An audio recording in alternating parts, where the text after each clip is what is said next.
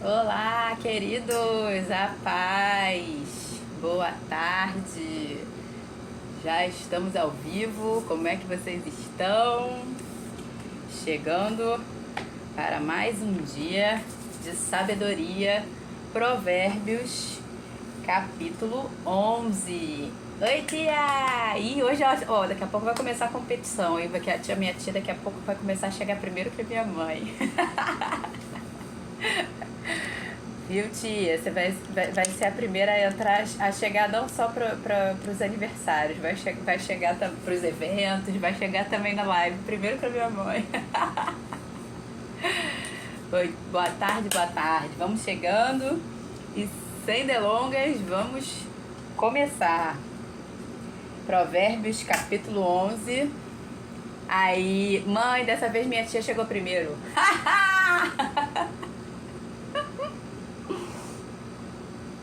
Chegou tarde, Maria de Fátima. Vamos lá, daqui a pouco chega a minha Dinda.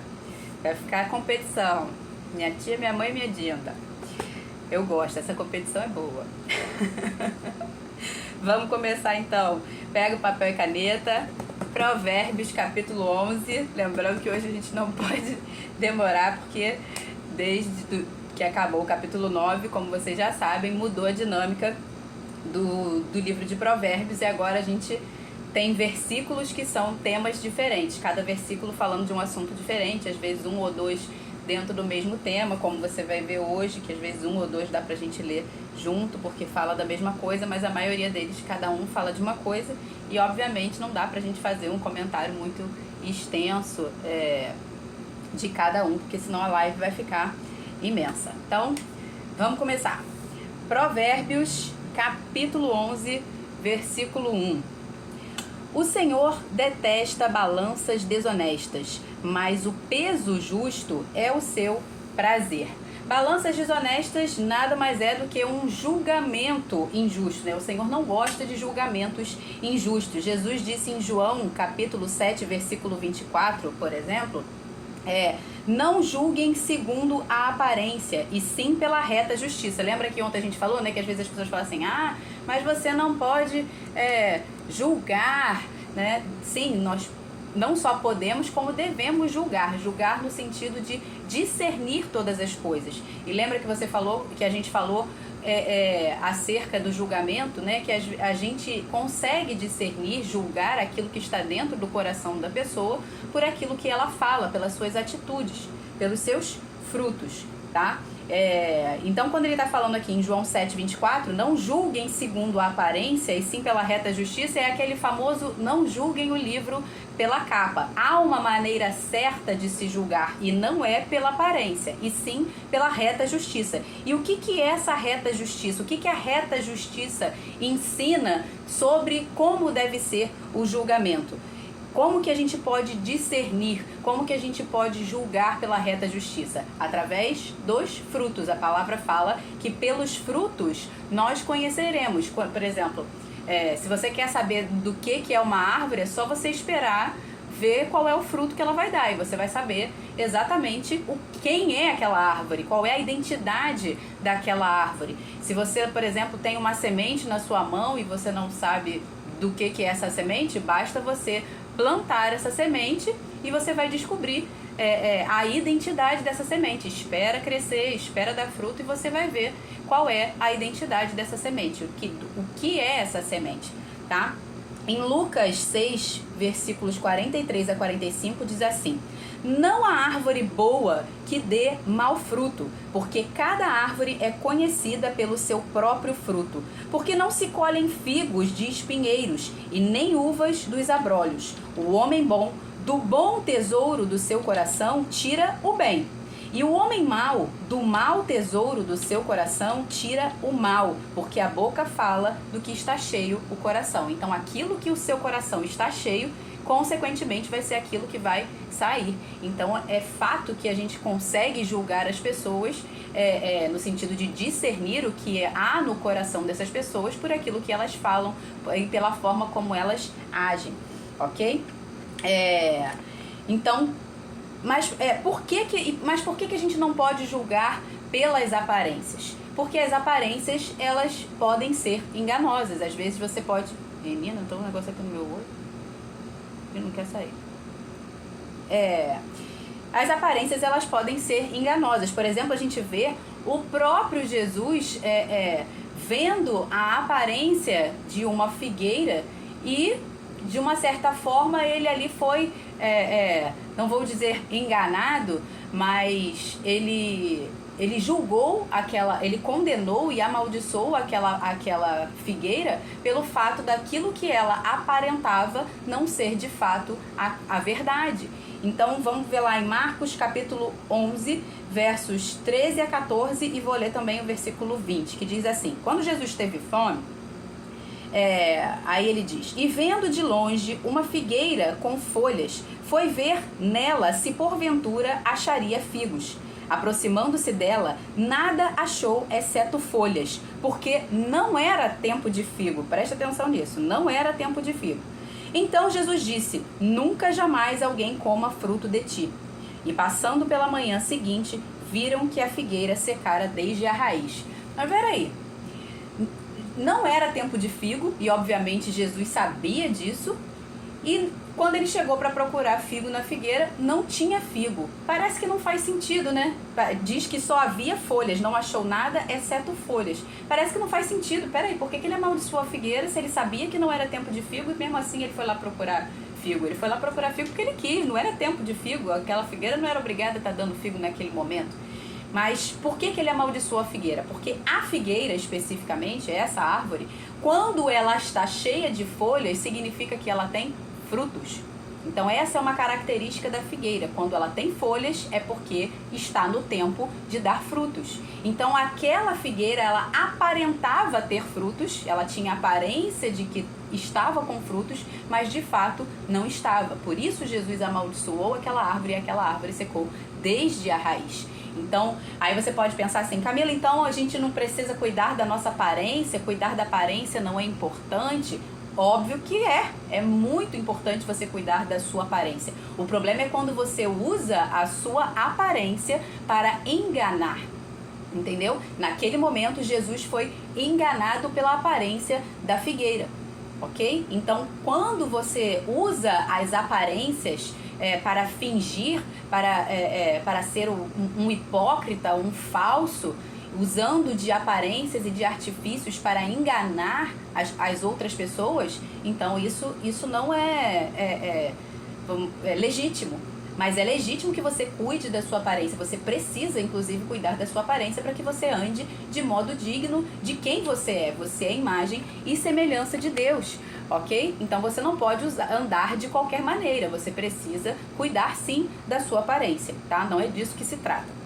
Versículo 2. Quando vem a soberba, a desgraça não tarda, mas com os humildes está a sabedoria, né? É o que diz a palavra. A soberba precede a ruína. É disso que se trata aqui. Versículo 3. A integridade dos retos os guia, mas a falsidade dos infiéis os destruirá.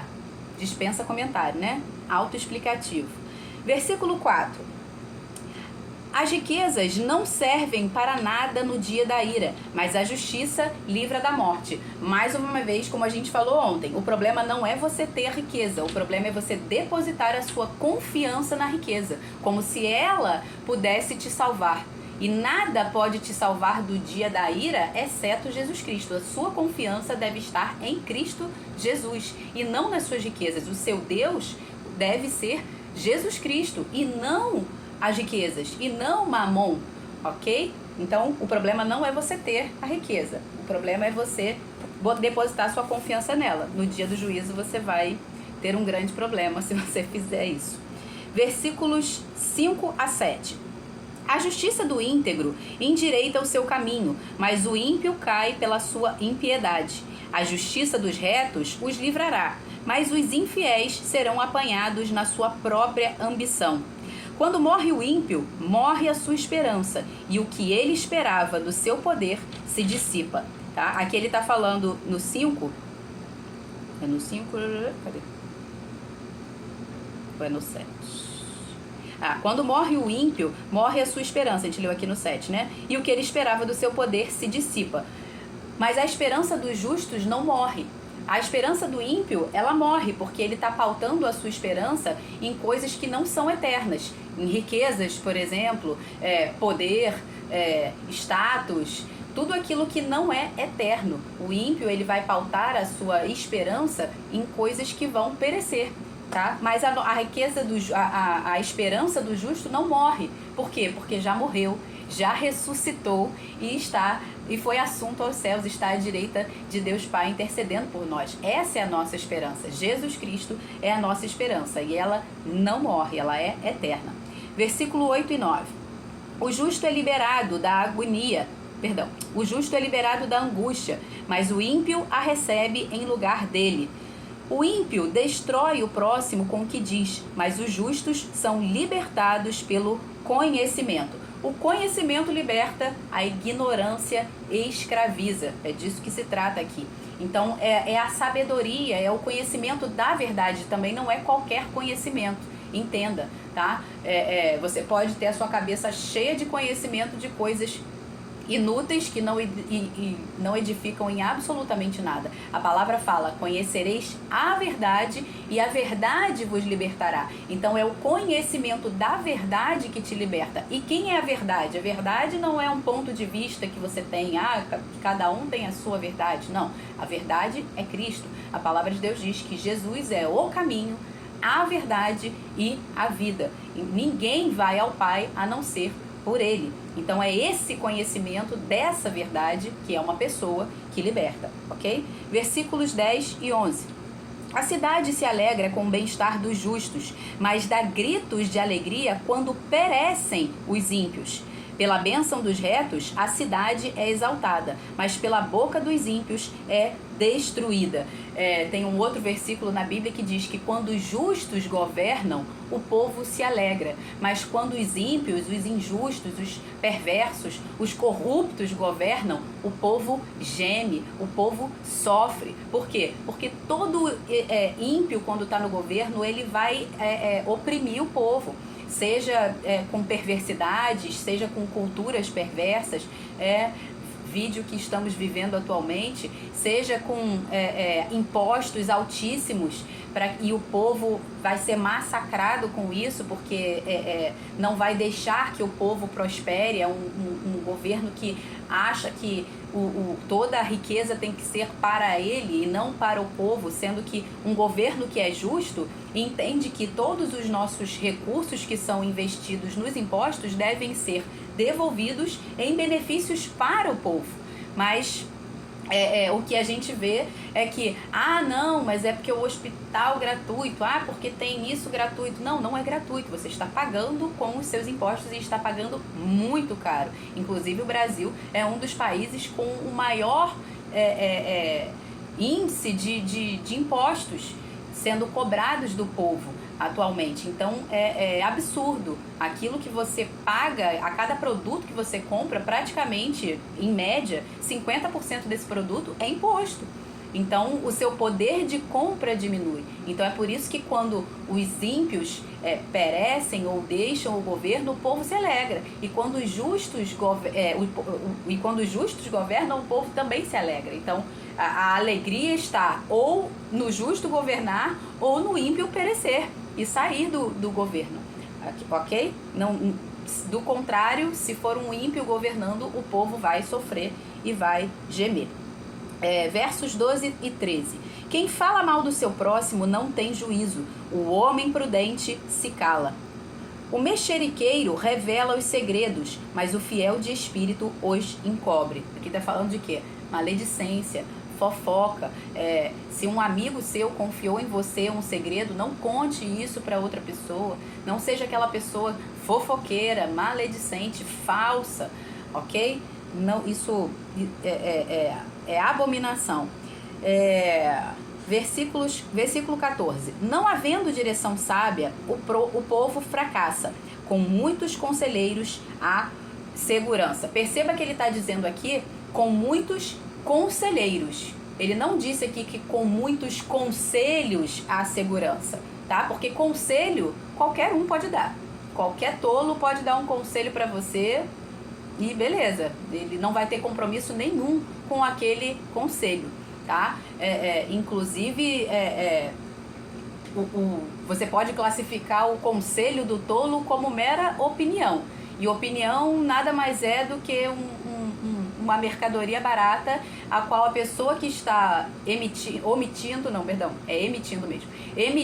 ela não tem qualquer compromisso e nem responsabilidade com aquilo ali. É você que vai arcar com as consequências e com a responsabilidade caso você acate com esse conselho. Então, muito cuidado, é que ele não está falando inclusive, essa frase que eu acabei de falar não é minha. E aí, se você recebe o conselho de qualquer pessoa, é você que vai ser prejudicado. Então, você precisa selecionar bem quem são os seus conselheiros. Só pode ser classificado na categoria de conselheiro aquele que é sábio.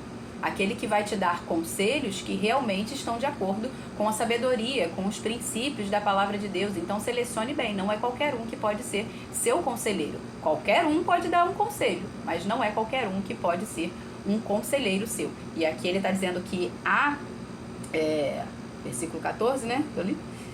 A direção sábia naqueles que são conselheiros e não nos conselhos de qualquer um, ok? Verso 15. Quem fica por fiador de um estranho acaba tendo um problema, mas o que foge de ser fiador estará seguro. Não vou falar novamente nesse assunto. Se você quiser falar disso, que a gente falou sobre essa questão que a gente precisa fugir dessa questão de não se tornar fiador de ninguém, vai lá na live de Provérbios 6, que a gente falou bastante sobre isso, uma explicação bem legal para você assistir lá, tá? Tá na live de Provérbios capítulo 6. Versículos 16 e 17. A mulher bondosa alcança honra, os poderosos adquirem riqueza. O homem bondoso faz bem a si mesmo, mas o cruel fere a si mesmo, né? Dispensa comentário, vou até ler de novo. A mulher bondosa alcança honra, os poderosos adquirem riquezas. O homem bondoso faz bem a si mesmo, mas o cruel fere a si mesmo. Mais uma vez, semeadura e colheita. Ok? Nada novo debaixo da terra, debaixo do sol. Versículo 20. Peraí, gente, preciso chegar mais pra frente aqui, porque tá complexo de enxergar. Versículo 20. O Senhor detesta os perversos de coração, mas os que andam com integridade são o seu prazer. Essa deve ser a nosso maior anseio, né? Assim como Jesus, que ouviu do Pai quando ele estava sendo batizado ali por João Batista, ele ouviu do Pai, né? Eis o meu filho amado em quem me comprazo, ou seja, em quem tenho todo o meu prazer. Esse deve ser o anseio do nosso coração, que a gente tenha prazer, que não só a gente tenha prazer no Senhor, mas que o Senhor também tenha prazer em nós. Então, que essa seja a sua busca, descobrirem o que dá prazer ao Senhor para que você faça. E o Senhor, ele tem prazer na obediência, como a palavra fala, né? Ele não quer sacrifícios, ele quer obediência. É isso que agrada ao Senhor, o filho obediente. Esse é o filho sábio, esse que alegra o Pai, como a gente viu também em algum texto dos provérbios anteriores, que agora eu não vou lembrar, falando que o filho sábio é a alegria do Pai. E o filho tolo envergonha sua mãe. Então, o filho que alegra o pai, que dá prazer ao pai, ao Senhor, é o filho que é sábio, o filho que é obediente. Então, busque a sabedoria. Versículo 21. É evidente que os maus serão castigados, mas a geração dos justos será poupada. Novamente, o que o homem semear, isso ele vai colher. Versículo 22. Como joia de ouro em focinho de porco, assim é a mulher bonita que não tem juízo. Olha aqui, lembra que a gente falou aqui no início com relação à figueira? Isso aqui nada mais é do que uma pessoa que tem uma aparência enganosa. Porque ela vive de aparência, mas na verdade ela não tem juízo. Então, de que adianta a aparência dela? Você ter a aparência, mas não viver aquilo que você aparenta, é inútil ou é enganoso, entendeu? Então não tem proveito algum. Então você precisa sim cuidar da sua aparência para que você possa viver de modo digno de quem Cristo é, de quem Jesus é, e Ele é Rei dos Reis, Senhor dos Senhores, Ele é majestade. mas não pode ser uma joia de ouro num focinho de porco, ok? Então, a sua aparência não pode ser inútil e nem enganosa. Tem que ser condizente, tem que ser coerente, ok? Versículo 23. O desejo dos justos tende somente para o bem, mas a expectativa dos ímpios resulta em ira. Novamente, como a gente viu ontem, o ímpio ele espera colher algo que ele não plantou, mas o que ele vai colher é exatamente aquilo que ele plantou. Por isso a esperança dele vai ser frustrada, porque aquilo que ele esperava não vai vir, pelo contrário, o que vai vir é a ira, porque foi isso que ele plantou, então é isso que ele vai colher. Verso 24 e 25. Uns dão com generosidade e têm cada vez mais, outros retêm mais do que é justo e acabam na pobreza. A pessoa generosa prosperará, e quem dá de beber terá sua sede saciada. Aqui eu quero comentar um pouquinho mais aqui. Graças a Deus a gente está ganhando tempo. A palavra está dizendo aqui, uns dão com generosidade e têm cada vez mais. Outros retêm mais do que é justo e acabam na pobreza. O que esse versículo aqui está dizendo, né? Além do óbvio que a gente está ouvindo aqui. Mas, além desse óbvio, o que está dizendo aqui é que é justo você reter uma parte. É justo que você retenha uma parte. Em 1 Timóteo, capítulo 5, verso 17 e 18, por exemplo, diz assim: devem ser considerados merecedores de dobrados honorários os presbíteros que presidem bem, com especialidade os que se afadigam no ensino da palavra. Pois a Escritura declara: não amordaceis o boi quando pisa o trigo. E ainda, o trabalhador é digno do seu salário. Aqui ele está falando com relação aos presbíteros, né, que ensinam a palavra de Deus, mas aqui vamos tomar como exemplo, por exemplo, qualquer pessoa que trabalha. Qualquer pessoa que trabalha, é justo que ela receba do trabalho dela, o fruto do trabalho dela, e é justo que ela retenha uma parte, porque o trabalhador é digno do seu salário. E é que continua em 1 Coríntios 9, da parte 9b até a parte 10, parece até que Paulo está continuando o mesmo entendimento dele, só que em cartas diferentes, né? Porque a gente leu aqui 1 Timóteo e agora em 1 Coríntios, olha aqui como é que ele continua. Acaso é com bois que Deus se preocupa? Ou é seguramente por nós que ele o diz? Certo que é por nós que está escrito, pois o que trabalha, cumpre fazê-lo com a esperança de receber a parte que lhe é devida. Então não é com bois que Deus se preocupa. Então quando fala não amordaces a boca do boi enquanto ele pisa o trigo, significa o quê? Deixa o boi sem mordaça, que é para ele pisar e ele poder comer também. Mas não é com bois que Deus está se preocupando aqui. O que Deus estava ensinando quando usou um profeta para falar esse texto, e Paulo está citando esse profeta, esse provérbio, esse texto, perdão. Quando Deus citou isso, o que ele está querendo dizer é: o trabalhador é digno do seu salário.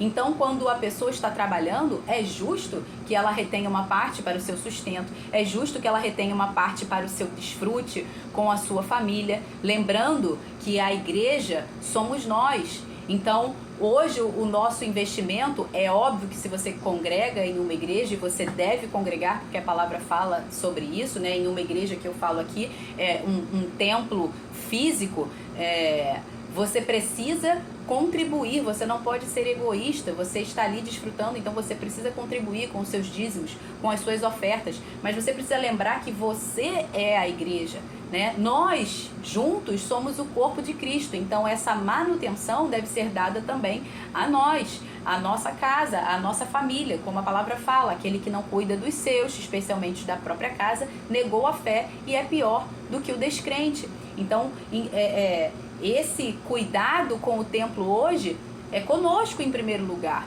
ok? Primeiro Deus, depois a nossa casa, a nossa família, o nosso trabalho e o templo da igreja onde nós temos comunhão com os irmãos, ok? Então é justo que você retenha uma parte, só que não é justo que você não expresse o caráter de Deus e a bondade e a generosidade de Deus. Isso não é justo. Então, você precisa sim trabalhar, lembra que a gente falou ontem? Trabalhar e com diligência para que você possa sim enriquecer, porque essa é a vontade do Senhor. Então você precisa ser diligente no seu trabalho para que você tenha não só com que suprir a sua necessidade da sua família, mas também para que você possa suprir a necessidade dos outros generosamente, tá? E se você quiser ouvir um pouquinho mais sobre esse assunto, ontem a gente falou sobre isso, vai lá na live de Provérbios capítulo 10, tá? Por quê? Porque mais bem-aventurado é dar do que receber. Para pensar junto comigo, quando a gente fala isso, né, mais bem-aventurado é dar do que receber, às vezes você pode ter uma visão assim, ah não, eu prefiro receber. Em qual condições você... vamos ver se a sua sabedoria está em dia, vamos ver se você está buscando de fato a sabedoria e o discernimento. O que você preferia? Estar na condição de quem é capaz, de quem tem o poder, de se hoje eu chegasse para você e falasse assim, você preferia ganhar de presente vou botar aqui, uma Ferrari, ou você preferia dar de presente uma Ferrari, ter o poder para dar de presente uma Ferrari? Eu iria preferir muito mais ter o poder para dar de presente uma Ferrari, porque aquele que tem o poder para dar de presente uma Ferrari, aqui eu estou fazendo um exemplo bem absurdo, né, para você fazer essa comparativa, eu preferia muito mais ter o poder de dar uma Ferrari, porque quem tem o poder de dar uma Ferrari tem o poder de comprar muitas Ferraris e não só uma, porque se ela chegou ao ponto de conseguir dar uma Ferrari, é porque ela tem o poder para comprar muitas Ferraris. Então é muito melhor você poder ser diligente no seu trabalho, se esforçar, estudar, buscar a sabedoria, fazer aquilo que precisa para multiplicar os seus recursos como um mordomo fiel ao Senhor, ser um bom administrador dos seus recursos, para que eles se multipliquem e você possa dar, você possa abençoar a muitos, do que você ser aquela pessoa que está sempre precisando de ajuda, do que você ser aquela pessoa que está sempre tendo que pedir dinheiro emprestado, que está sempre tendo que depender da esmola dos outros. E eu não estou falando que em determinado momento isso nunca pode acontecer com você, mas isso não pode ser o seu estilo de vida, algo está errado. Se isso é o seu estilo de vida, a palavra fala que você está andando desordenadamente. O próprio Paulo fala que por ele ser um apóstolo, por ele estar ali servindo a igreja, ele, por exemplo, não precisaria trabalhar, ok? E aqui esse recado vai especialmente para os homens. Ele não precisaria trabalhar, mas ele fala assim, para que eu não fosse pesado para ninguém e não tivesse que depender de alguém para me sustentar, ou seja, eu preferia andar em ordem para dar exemplo para vocês. Então, dentro daquilo que ele fazia diante de Deus, ele não precisaria trabalhar, bastava ele receber as ofertas, porque como a gente acabou de ler aqui, o presbítero é digno de dobrar os honorários. Esse é o trabalho dele. Então, quando ele está recebendo o pagamento do seu salário como pastor, como presbítero, esse é o pagamento, é o salário dele, ele se afadiga nisso, ele trabalha com isso, é digno que ele receba, ok? Mas Paulo diz o quê? Para que eu não fosse mau exemplo para vocês, eu preferi trabalhar, ok? Para que eu não fosse pesado para ninguém. E existem pessoas que às vezes são pesadas para outros, estão sempre dependendo dos outros, não porque estão passando por uma crise que seja algo passageiro, mas porque não estão sendo diligentes naquilo que precisam. Então entenda, mais bem-aventurado é dar do que receber. Por quê? Porque se você pode dar, significa que o seu poder aquisitivo, e aí eu não estou falando só de bens materiais, eu estou falando de todo tipo de prosperidade, é porque você está numa condição melhor, uma condição mais abençoada e mais próspero. Por exemplo, a palavra fala para que nós venhamos a consolar os outros com as mesmas consolações que nós recebemos. O que você prefere? Consolar ou ser consolado? Você prefere ser aquela pessoa que no momento está passando por uma tristeza, por uma angústia, por um luto, por algo terrível e está precisando de consolo? Ou você prefere ser aquela pessoa que está fortalecida no momento para vir a consolar alguém? Então entenda, em todas as áreas, eu não estou falando aqui só das áreas financeiras, né? Minha tia botou aqui, dar com certeza é melhor do que receber. Isso aí, tia, sabedoria. Entende? Porque é claro que é mais bem-aventurado dar do que receber, mas tem pessoas que acham vantagem em viver sempre de ganhar e receber alguma coisa dos outros. Viver seja de algum tipo de benefício do governo, viver de pedir as coisas para os outros o tempo todo, acha que isso é vantagem, acha que isso é uma coisa boa. Não, isso é ter uma mentalidade escassa, miserável. E miserável aqui, entenda que eu tô falando no sentido, não é no sentido pejorativo, ok? É porque realmente é você não entender quem você é em Cristo, quem Deus te chamou para ser. Ele já liberou para você toda sorte de bênçãos nas regiões celestiais. Não tem por que você viver como um mendigo sendo filho. Você acha que Deus ia querer que seus filhos fossem mendigos? Mas nesse mundo nós temos escolhas, ele não vai interferir nas nossas escolhas. Então entenda que se você estiver vivendo numa situação adversa, isso tem que ter prazo de validade para acabar. Não pode ser um estilo de vida que você se conforme. Seja qual for a sua situação, se a situação já está boa, pode melhorar, porque você pode abençoar mais gente. Você imagina se a sua situação já está boa agora, quantas pessoas mais você pode abençoar, salvar, livrar da morte, se você se tornar uma pessoa com poder maior. E quando eu falo aqui de poder, eu estou falando de todos os recursos que você tiver, sejam eles físicos, mentais, espirituais, financeiros. Entende? Então você precisa crescer, você não pode se conformar com a mediocridade. O que é mediocridade? Mais uma vez, não estou falando de modo pejorativo. Mediocridade nada mais é do que você querer ser como a média das pessoas. E infelizmente a média do brasileiro, por exemplo, depende de Bolsa Família, depende de hospital público. A média do brasileiro anda de ônibus. Essa é a média. Se você for somar e dividir pelo total, a média é assim. Infelizmente, só 2% do povo brasileiro que é super rico, milionário, bilionário. Tem uma parte que é classe média, mas a maioria esmagadora vive na pobreza ou na pobreza extrema. Então você não pode querer ser a média, ok? Você precisa ser extraordinário. O que é extraordinário?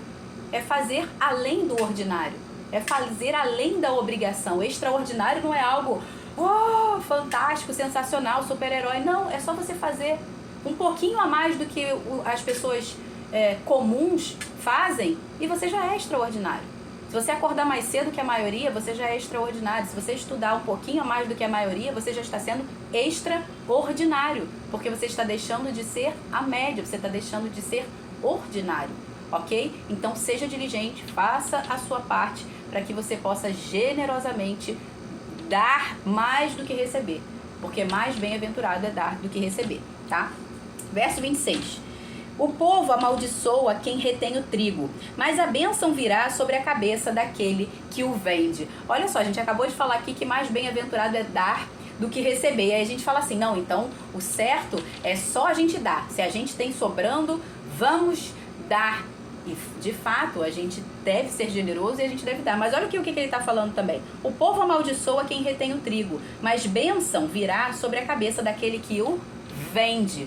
E por muito tempo eu também pensei assim, achar que, não, se eu tenho alguma coisa eu prefiro dar do que vender.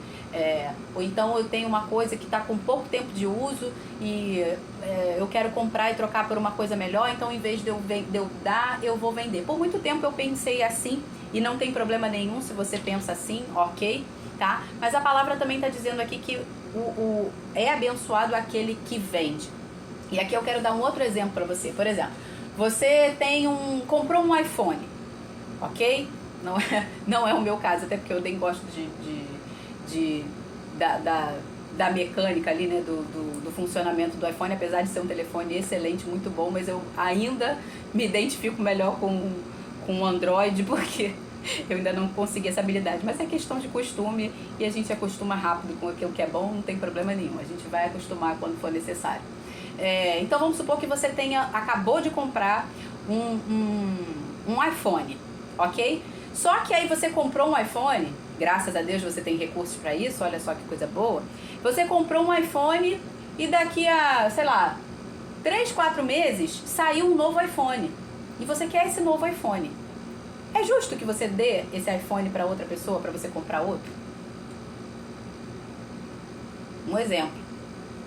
Ou seria mais justo você, já que você investiu seu dinheiro, trabalhou com todos os seus recursos, Ou seria mais justo você pegar esse iPhone, que só tem 3, 4 meses de uso, vender por um preço menor, bem menor do que um zero, e você estará abençoando a outra pessoa que talvez não possa pagar o preço cheio num iPhone, mas vai pagar num semi-novo, que praticamente está novo, que 4 meses de telefone está zero o telefone. E essa pessoa vai ser abençoada por poder comprar por um preço menor, muito menor do que o que você está vendendo, do que o valor que ela teria que pagar para comprar um zero, para que você possa pegar esse recurso e reinvestir no novo que você deseja. O que você acha que é justo? Você acha que a pessoa que não deu esse iPhone, ela não é abençoada por isso? Ela é uma pessoa egoísta, ela é uma pessoa mesquinha? De jeito nenhum.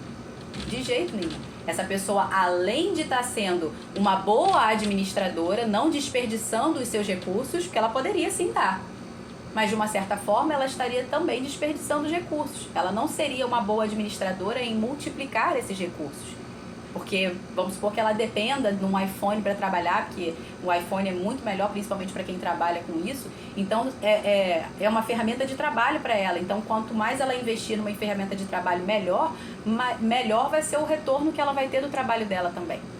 Entende? Então bem-aventurado também é aquele que vende. Ou, por exemplo, vamos supor que está numa situação como do Rio Grande do Sul, né? Que teve aquela enchente terrível. E aí vamos supor que o mercado, para não se expor de repente a abrir as portas para ser saqueado, coisa do tipo, ele vai e retém a venda dos seus produtos. E aquelas pessoas estão ali dependendo de água, dependendo de comida, dependendo de tudo, e ele simplesmente retém. É o que ele está falando aqui, aquele que retém o trigo, o povo amaldiçoa quem retém o trigo, mas a bênção virá sobre a cabeça daquele que o vende. Então, numa situação dessa, por exemplo, se ele retivesse o trigo, se ele retivesse a água para vender, a comida para comer, o povo amaldiçoaria ele, entende? Então quem vende é tão abençoado quanto quem dá generosamente, ok? Então não demonize isso, não demonize os empresários, não caia no conto da carochinha, no conto do vigário comunista, de demonizar o vendedor, de demonizar o empresário, de achar que toda pessoa rica, milionária, é aquela pessoa que vai te oprimir. Pelo contrário, o empresário vai ser aquele que vai viabilizar, por exemplo, a venda de produtos e serviços para que isso seja acessível até você. Tudo que a gente hoje tem acesso para comprar, a gente tem acesso para comprar graças a um empresário que paga muito imposto por causa disso, que emprega outros funcionários, outros chefes de família e podem sustentar a casa de outros chefes de família, então ele também está abençoando com isso. E que está tendo todo o trabalho, seja para importar produtos, seja para criar produtos e serviços, para gerar produtos e serviços para te abençoar. Então aquele que vende, aquele que é empresário, ou por exemplo, achar que o bilionário está errado, o rico milionário está errado. E aqui eu não estou querendo generalizar, porque aqui a gente está falando de riquezas justas. Obviamente ninguém está falando aqui de riqueza injusta, de ninguém que enriqueceu roubando, de ninguém que enriqueceu por corrupção, ok? Aqui a gente está falando de riquezas justas, que são conquistadas com justiça, e por isso Deus o abençoou. Porque ele foi justo em construir as riquezas, porque ele está abençoando outras pessoas. Por exemplo, você só tem um telefone hoje na sua mão por causa de um bilionário.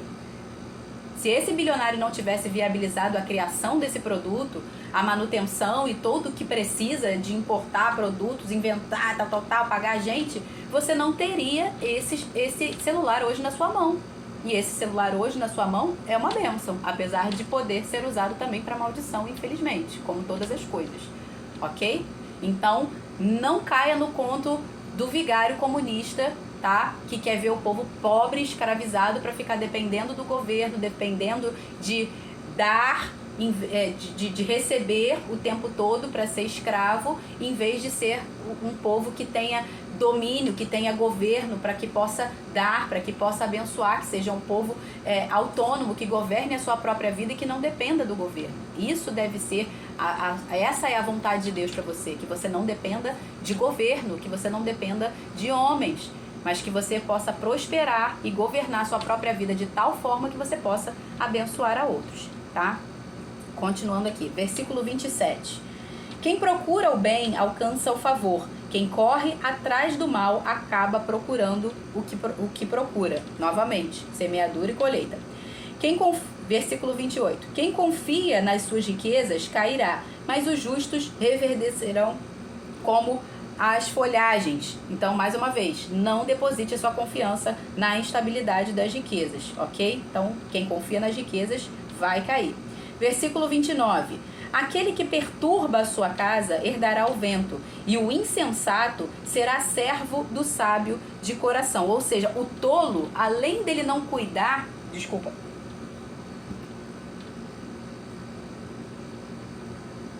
O tolo, além de não cuidar da sua própria casa, da sua família e ainda perturbar a sua própria família, ele vai acabar se tornando escravo do sábio. Não porque o sábio queira escravizar, e aqui escravizar você entenda que era o contexto da época, né? Mas vamos levar para os nossos dias hoje, que será o funcionário, será o servo do sábio. Por quê? Porque ele não quer usar buscar a sabedoria para prosperar, ele não quer buscar a sua sabedoria para buscar a sabedoria para obter mais conhecimento e ser mais eficaz. Então ele vai sempre ser o servo do sábio. Ele sempre vai ser a mesma coisa na política. Às vezes você fala assim, mas Camila, religião e política não se misturam. Ok, se você não quiser ouvir falar sobre política, se você não quiser aprender sobre política, você pode ter certeza, você vai ser sempre governado, você vai ser sempre escravo daqueles que querem falar de política, daqueles que querem ouvir sobre política, daqueles que querem ensinar sobre política. Você sempre vai ser escravo. Se você não buscar a sabedoria, se você quiser ser o tolo, em qualquer assunto que seja, você sempre vai ser o escravo. Mais uma vez, o conhecimento liberta, a ignorância escraviza. Então, além de você perturbar a sua própria casa, trazer juízo, condenação para a sua própria família, por ser um homem tolo, que não busca fazer aquilo que deve, você ainda vai se tornar um escravo. Você vai ser sempre o servo de alguém, tá? Versículo 30. O fruto do justo é árvore de vida, e o que ganha almas é sábio. Por que ele é sábio? Porque além de obedecer... Tá certo. O fruto do justo é árvore de vida, e o que ganha almas é sábio. Por que ele é sábio? Porque além dele ser uma pessoa obediente, então ele vai ter os seus frutos, ele vai ter as suas recompensas, ele também vai ter as suas recompensas eternas. Ele não só vai ter as recompensas aqui na Terra, as recompensas materiais, mas ele também vai ter as suas recompensas eternas, ganhando alma, como a gente falou. Essa é a nossa maior riqueza. Aquilo que a gente está construindo para a eternidade, as vidas que a gente está ganhando para Deus. Versículo 31, e vamos finalizar. Se o justo é punido na terra, quanto mais o ímpio e pecador. E aqui eu quero ler um texto que eu me lembrei quando eu li isso. Se o justo é punido na terra, quanto mais o ímpio e pecador. Que está em 1 Pedro, capítulo 4, versículo 17 e 18, que diz assim: porque chegou o tempo de começar o juízo pela casa de Deus. Lembre que a casa de Deus somos nós, a igreja do Senhor. Todo aquele que crê em Cristo Jesus é a casa de Deus. Porque chegou o tempo de começar o juízo pela casa de Deus. E se começa por nós, qual será o fim daqueles que não obedecem o evangelho de Deus? E se é com dificuldade que o justo é salvo, lembrando que o justo é todo aquele que recebeu a justiça de Deus, se é com dificuldade que o justo é salvo, que será do ímpio, do injusto e do pecador? Então, é isso aqui que ele está dizendo em Provérbios 11, 31. Se o justo é punido da terra, quanto mais o ímpio pecador. Então, aquilo que o homem semear, ele vai colher mais uma vez. E se o juízo vai começar pela própria igreja, porque Deus é justo, então ele... Lembra que eu falei? Tá tudo misturado. Eu falei em outra live, né? Não se preocupe, você fala assim, mas tem gente que diz que é crente, tem gente que diz que é da igreja, mas está vivendo a vida toda desordenada. Fica tranquilo. O joio e o trigo tem que crescer junto, porque se Deus arrancar antes, pode confundir. Porque você só descobre quem é joio e quem é trigo depois que já cresceu, depois que está maduro. E a palavra fala que o inimigo também semeou o joio no meio da plantação do trigo.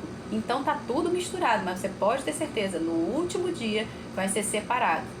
E nesse dia, o juízo vai começar pela casa de Deus, ou seja, vai começar por essa separação, quem é joio e quem é trigo, ok? Agora, se começa por nós, aqueles que cremos, aqueles que foram justificados por Cristo Jesus, que receberam o perdão e a justiça de Deus em seu favor, o que será do ímpio e do pecador? Então a pergunta que eu te faço é, aonde você está no meio desse balaio? Você está como justo? Você já recebeu a justiça de Deus em seu favor? Ou você está como o ímpio, como o injusto? Aquele que ainda não recebeu a justiça de Deus em seu favor. Então hoje é tempo de você decidir. Ainda dá tempo. O tempo se chama hoje. Ainda dá tempo de você decidir. Se você quer estar no grupo do justo ou se você quer estar no grupo do injusto. Amém? Então vamos encerrar e vamos orar. Pai, muito obrigado, Senhor. Obrigado pela sua maravilhosa palavra, Pai. Obrigado pelo teu ensino, obrigado pela sabedoria, obrigado pelo teu Santo Espírito que nos guia a toda a verdade, que nos direciona. Pai, em nome de Jesus Cristo, mais uma vez eu oro, Senhor, para que essa palavra encontre terra fértil no coração de cada um aqui, Senhor. Cada um dos que viram essa live, cada um dos que ainda vão assistir essa live. Pai, em nome de Jesus Cristo, que nenhum de nós, Senhor, seja como aquela figueira que só tinha folhas, só tinha aparência e não tinha fruto. Que nenhum de nós aqui, Senhor, venha ser enganado pelo inimigo, achando, Senhor, que aquilo que o Senhor tem para nós, as riquezas, as bênçãos, a prosperidade em todas as áreas da vida, são demonizadas. Não, Senhor, pelo contrário. Nós somos chamados como embaixadores do teu reino, Senhor. Como reis e rainhas nessa terra, Pai. Como teus filhos, Senhor. E não para viver como mendigos, não para viver aquém daquilo que o Senhor tem para nós, Pai.